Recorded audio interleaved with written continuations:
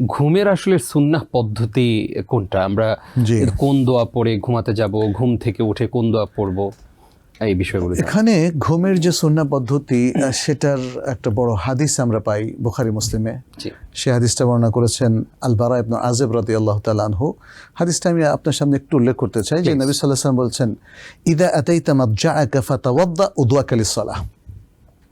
যখন তুমি শোয়ার জন্য প্রস্তুতি নেবে, শুইতে চাইবে, শোয়ার জন্য আসবে, তখন তুমি তোমার সালাতের জন্য ঠিক যেভাবে ওযু করতে হয় সেভাবে তুমি ওযু করো। সুম্মা তাজা আলা শিক্কিকাল আইমান, তারপর তুমি তোমার ডান কাতের উপরে তুমি শুয়ে পড়ো। জি তারপরে তিনি বললেন সুম্মা কুল, তারপর বলো একটা দোয়া, আল্লাহুম্মা আসলামতু ওয়াজহি ইলাইক, হে আল্লাহ আমি আমার মুখমণ্ডল আপনার দিকে সমর্পণ করলাম, ওয়াফাওয়াদতু আমরি ইলাইক, এবং আপনার কাছে আমার সকল বিষয় সমর্পণ করলাম, ওয়া আলজাতু যাহরি ইলাইক, এবং আমার পৃষ্ঠদেশ আপনার কাছে আমি আশ্রয়, আপনার আশ্রয়ে আমি রাখলাম, রাগবাতান ও রাহবাতান ইলাইক, মানে যে কোনো অবস্থায়, ভালো মন্দ সকল অবস্থায়। রাগবা এবং রাহবা বলতে সেটাই বোঝানো হয়েছে। লা মালজা ওয়ালা মানজা মিনকা, আপনার থেকে আর কোথাও আমার কোনো আশ্রয় জায়গাও নাই, নাজাতের জায়গাও নাই, ইল্লা ইলাইক, যেটা আছে আপনার কাছে, আপনার কাছে নাজাতের জায়গা, আপনার কাছেই আশ্রয়ের জায়গা। আল্লাহুম্মা আমানতু বিকিতাবিকা আল্লাযী আনজালত ওয়া বিনাবিয়িকা আল্লাযী আরসালত, হে আল্লাহ আমি আপনার সেই কিতাবের উপর ঈমান এনেছি যে কিতাবটা আপনি নাযিল করেছেন, এবং সেই নবীর উপর আমি ঈমান এনেছি যেই নবীকে আপনি প্রেরণ করেছেন। ফা ইন মিত্তু মিন লাইলাতিকা ফা আনতা আলাল ফিতরা ওয়াজআলহুন্না আখিরা মা তাতাকাল্লাম বিহি। এটা নবী সাল্লাল্লাহু আলাইহি ওয়াসাল্লাম বলছেন জি সাহাবাকে যে তুমি যদি সেখানে মারা যাও, মানে যে অবস্থায় যে আজকে রাত্রে তুমি ঘুমালা, মরে গেলা, তাহলে তুমি ফিতরাতের উপর মরলা, কারণ তুমি ফিতরাত যে নেচার, মানব স্বভাব, যেভাবে যে আদবে ঘুমানোর কথা সেই আদবে তুমি ঘুমিয়েছো, সেই দোয়া তুমি আল্লাহর কাছে পেশ করেছো, অতএব তুমি ফিতরাতের উপর মৃত্যুবরণ করলা। আর তুমি এই যে দোয়াগুলো পড়লা, এই দোয়াটাই যেন ঘুমের আগে তোমার শেষ কথা হয়।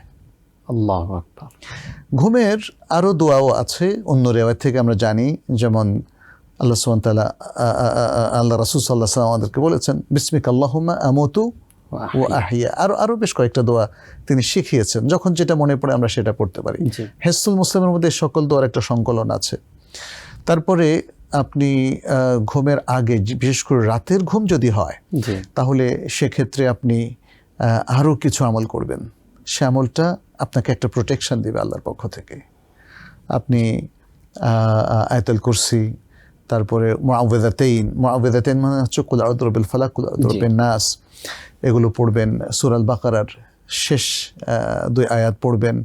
এভাবে যেই নবী সাল্লাল্লাহু আলাইহি ওয়াসাল্লাম যেই আয়াতগুলো পড়ার জন্য রেকমেন্ড করেছেন, সেগুলো পড়ে, সেগুলো হাতের মধ্যে পড়বেন, এবং পড়ে, হাতের মধ্যে পড়া মানে হচ্ছে পড়তে গিয়ে যে বাতাসটা বের হবে সেটা আপনার এই হাতের মধ্যে ছড়িয়ে যাবে, ফলে সেটা দিয়ে আপনি আপনার মাথা থেকে আরম্ভ করে পুরো দেহর মধ্যে আপনি যতটুকু হাত যায়, আপনাকে উঠে নিচু হতে হবে না, যতটুকু স্বাভাবিক অবস্থায় হাত যায় আপনি মুছবেন।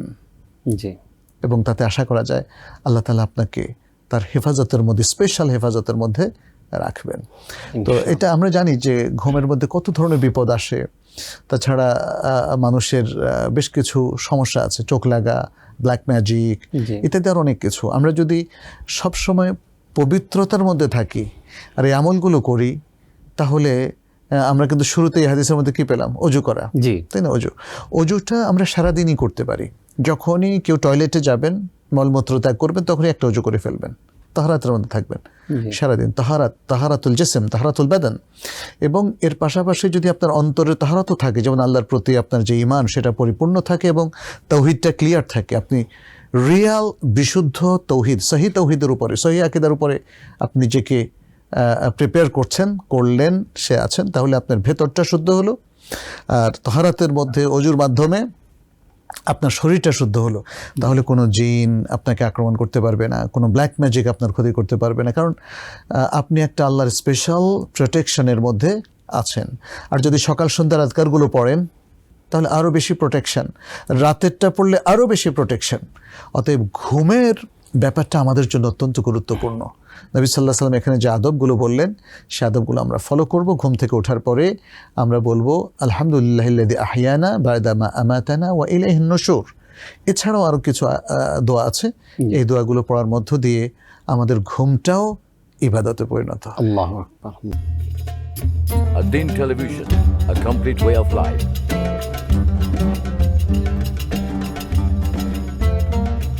প্রিয় দর্শক, ধন্যবাদ ad-Din-এর সাথে থাকার জন্য।